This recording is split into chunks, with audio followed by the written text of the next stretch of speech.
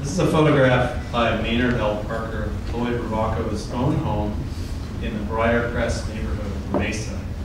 Nicknamed El Cabo, or Cave, Rocco built this for he and his wife in 1945. Apparently it took a whole lot of dynamite to demolish it in making way for the highway expansion.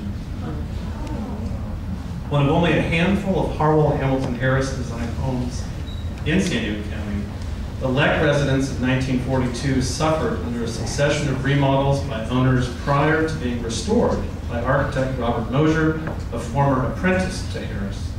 As quick as it was restored, it was torn down.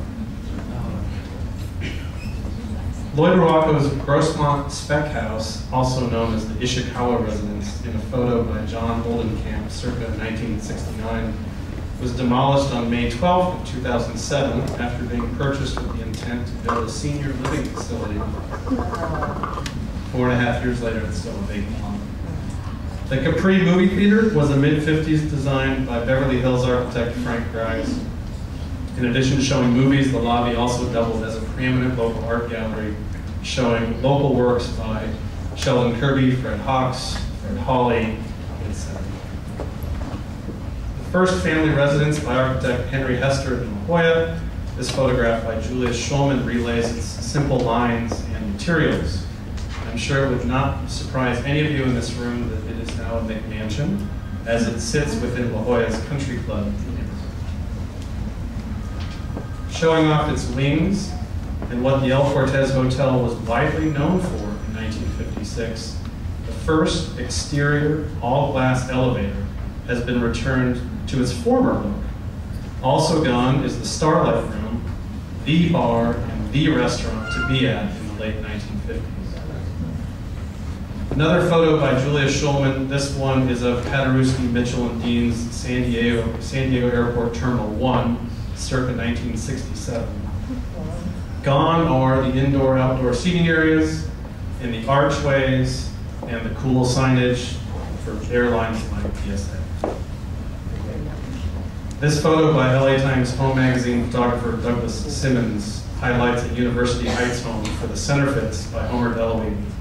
Shortly after the original owners passed away, the home fell into the wrong hands.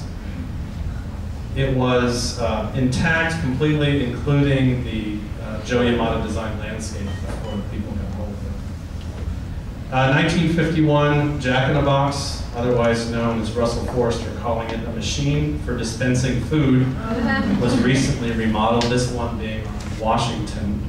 I feel a short-sighted management could have remodeled or restored it rather than modeling it up. Here's a Schulman photograph of Sharp Memorial Hospital Maternity Wing, circa 1961, by Frank L. Hope and Associates, hosting the coolest playground in town just outside your pediatrician's office. This portion was torn down as density arrived at Sharp campus. This is a vintage point you can no longer witness at Grossmont Hospital. This shot by Julius Schulman circa 1960 highlights the contemporary styling by Charles Luckman and Associates. This extinct view was killed as Grossmont's campus grew more dense as well. William Pereira and Charles Luckman's design for General Dynamics in Kearny Mesa circa 1964 shows off its elaborate waterway system. The Venetian canals served to lower insurance premiums on the site as water would be used to put out an eventual fire. Believe it or not, this is Hillcrest North Medical Center at the intersection of 5th and Washington. Designed in 1964 by Deems Lewis and Partners, this shot by Julius Schulman highlights how cool the first floor water feature was and how it contrasts with the horrific remodel recently. Completely torn down, and now a multi-story tower, portions including a nice butterfly roof annexed to architect Richard Wheeler's offices still remain. You can see it clearly while driving down Rosecrans, but it is quite different in this Julius Schulman photograph.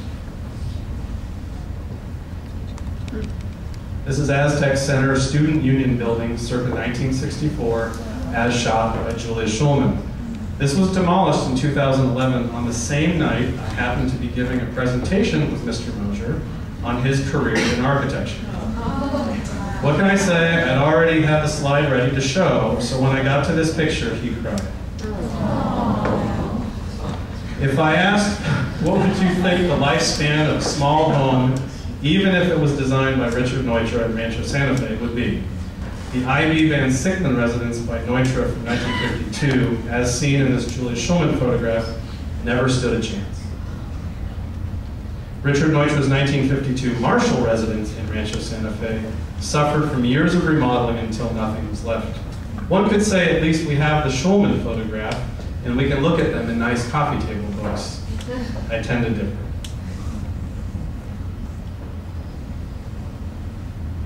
The only example of Arts and Architecture magazine's Case Study House program is actually 3 homes on the north slope of Mount Soledad. While 2 of the 3 homes in the triad remain mostly intact, this one, known as House B, has been remodeled beyond recognition. I think possibly one of the coolest restoration projects in Southern California. Gone are just the weeds.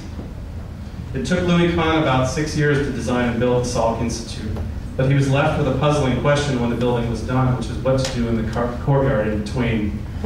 He thought a garden, and this shot just shows weeds. There you go. Last night, I had to add a new name to a list of the architects that designed from this period. Gene Weston just died yesterday, and in adding his name to this list, I want to dedicate tonight to him.